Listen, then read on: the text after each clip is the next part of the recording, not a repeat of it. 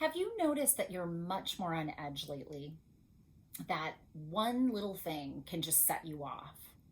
Or maybe what you're noticing lately is that you're escaping more often, that you're on Facebook for an hour and don't even realize that it had gone by, or you're watching more television than you usually do.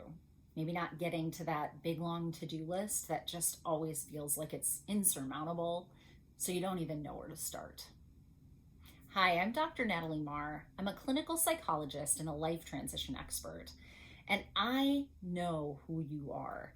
I have sat across the couch from people just like yourself for thousands of hours, and I'm here to tell you this is a pretty universal experience. We get to the point of overwhelm, and the point of overwhelm shows up usually in two ways. One, that we're really edgy and just get set off by just about anything, or two, that we're numbing out.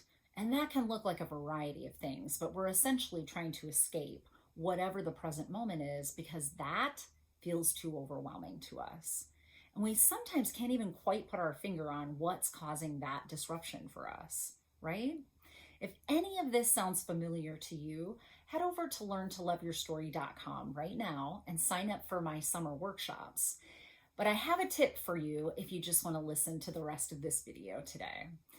One of my biggest tips always is to use your number one resource, and that is your physical body. If you are noticing you go in those two directions, you're feeling overwhelmed, so you're either edgy or you're escaping all the time, you need to do something that's very body-based. Our body has an innate resource. It's called endorphins. I know you've heard of them.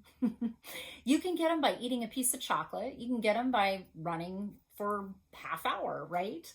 But you need to do something physically in your body, something where you're exerting energy. Now, all of us are different, and I work with lots of women. So I want to just say, get in your body. I don't want you to wig out about what kind of strategy that you use here.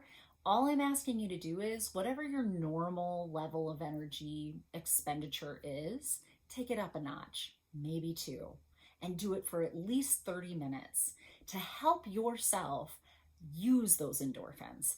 Endorphins are a natural painkiller. It's our body's version of a painkiller. That's why it gets put off while we're running, right? So it's helping to lubricate the muscles and not make them painful if we're jogging. It can help with emotional overwhelm as well. It doesn't know the difference between what is physical pain and what is emotional or mind-based pain. It just comes out to help us when we're in painful situations. So doing something body-based, exerting energy for 30 minutes, usually is one of the best ways to set the reset button.